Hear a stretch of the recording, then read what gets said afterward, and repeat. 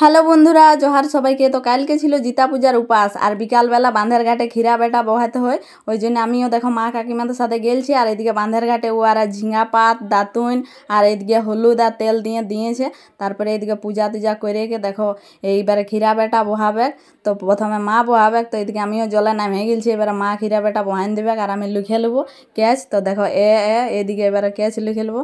তো মায়েরটা নিয়ে নিচ্ছি, এবার কাকিমা বহাবে ক্ষীরা বেটা। তারপরে মা কাকিমা দুজনের ক্ষীরা বেটা বহা হয়ে গেল।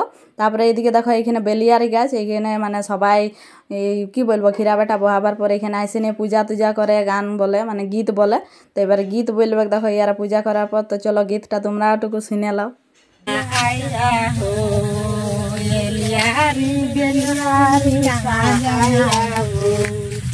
আর বছরে মন দিনে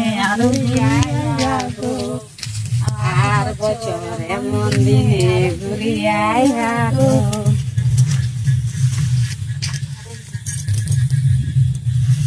এলিয়ারি জেলিয়ারি কাহাই গো, এলিয়ারি জেলিয়ারি কাহাই গো।